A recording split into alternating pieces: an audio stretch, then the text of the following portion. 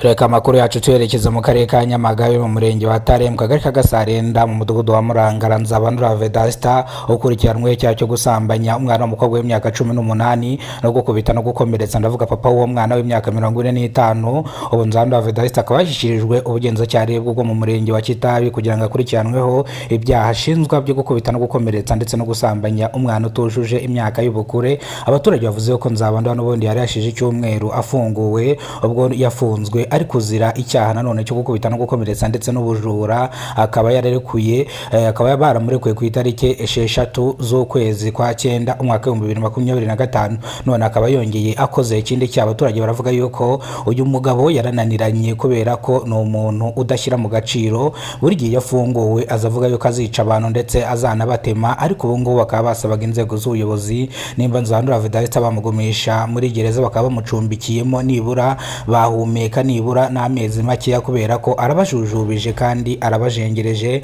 Ni muri bimwe biteye abaturage imbogamizi gute bavuga ngo umuntu umwe yana. Reka makuru yacu twerekeze mu karere ka Kamonyi mu murenge wa Nyamiyaga. Umubyeyi aratabaza inzego z'ubuyobozi kubera ko inzu abamo irava cyane, bikaba muri bimwe byatuma bahaburira ubuzima kubera ko iyi nzu yerutse gusaduka igwira umwana wiwe, bamujyana mu bitaro hafi yo kuhaburira ubuzima. Ndetse n'abaturage basabye inzego z'ubuyobozi kuba bafasha uno mubyeyi kubera ko ntago yishoboye ndetse afite abana 5. Umugabo yabatanye cyangwa yamutanye abana 5, ubu ngubu akaba ari papa no kwimama ashakisha imibereho y'abano bana no kuvirwa n'inzu nabyo biri hato na hato. Bavuga yuko iyi nzu nibatihutira cyangwa ngo bayikorere mu maguru mashya inzu bizarangira iguye, aba bana bakangara ndetse n'uno mugore akangara. N'incamake y'amakuru niba rwo bwa mbere ugeze kubona umuyoboro wa Kidasamura TV Rwanda, kora subscribe ufungura inzogera kugira ngo uzajye ubasha kubona amakuru mu gihugu cy'u Rwanda. Je mugiye kubana umwana makuru nitwa Kidasamura urw'inkorogoto bakora rugakonkoma.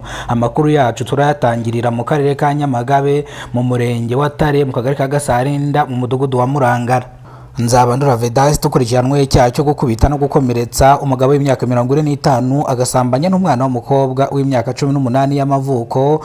Nzabandora kwashyikirijwe ubugenzacyaha bwo mu murenge wa Kitabi kugira ngo akurikiranweho bino byaha ari gukurikiranwaho byo gusambanya umwana utujuje imyaka y'ubukure akanakubita se w'imyaka hafi 40. Bivuze ko Nzabandora abaturage bavuze ko yari amaze n'ubundi ibyumweru 2 afunguwe kubera ko n'ubundi uyu mugabo ngo nakwezi kujya gushira atagiye muri gereza, ahubwo yaruka kumufunga. Bari bamufungiye icyaha cy'ubujura, bamufungiye n'icyaha cyo gukubita no gukomeretsa ubwo yakubise umugore we hafi yo kumwica. Icyo gihe ngo yaravuye kwiba ingurube y'abaturanyi arayibaga, asiga inyama mu rugo, agarutse arazibura abeshyira umugore we ngo nawe wazigurishije. Arangije akubita umugore amugira interi hafi yo kumwica, nawe bahita bamwirukankana mu bitaro kugira ngo akurikiranweho kugira ngo avurwe ataza kuhaburira ubuzima.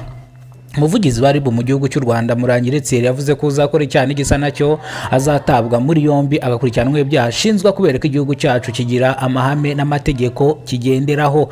Uyu mugabo rero ubu ngubu akaba ari mu bugenzacyaha kugira ngo akurikiranweho ibyashinzwa, ariko abaturage bavuze yuko nimba no mugabo bamucumbikiye igihe kinini cyane kugira ngo barebe ko bahumeka kubera ko mwakano kagari arabajujubije. No kuvuga ngo iyo yafunguwe baba bafite ubwoba, ubwo afite ikipe akoreramo, ariko ikipe akorera yo ntago barayifata, ariko abaturage biteguye gutanga amakuru n'abantu bakorana bakazatabwa muri yombi. Reka makuru yacu tujye tuyerekeza mu karere ka Kamonyi aho umubyeyi asaba inzego z'ubuyobozi kubera ko inzu abamo imaze nibura imyaka 2 imvura iyigwamo igatungukiramo imbere, ubwo iyi nzu ayibanamo n'abana 5 ndetse uyu mugore umugabo akaba yaramutanye aba bana 5 akaba ari kubarira wenyine, ariko inzu ikaba igiye kumugwaho. Akaba ari gusaba ubuyobozi niba bwamufasha akubakirwa indi nzu. Abaturanyi be, ndavuga abaturage nabo bari kumusabira ubuyobozi bavuga yuko uno mubyeyi ntago yishoboye, bamufasha bakamwubakira indi nzu kubera ko araremerewe afite ibibazo byinshi. Nagerageje kuvugisha umuyobozi w'akagari, ndavuga gitifu ambwira yuko iki kibazo atarakizi ariko agiye kugikurikirana mu maguru mashya. Gusa nagerageje kuvugana n'abaturage, abaturage bavuga yuko iki kibazo bakigejeje kuri mudugudu aracyumva, arabwira ngo azabafasha.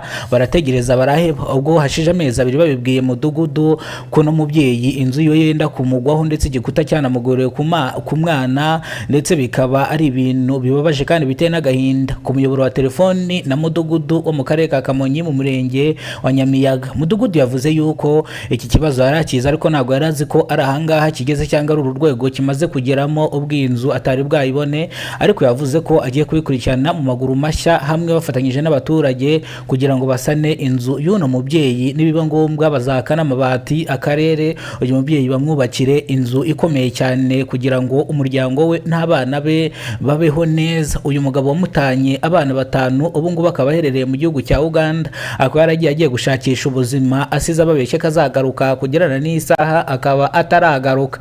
Iyi ni Kidasamura TV ku murongo wa telefoni.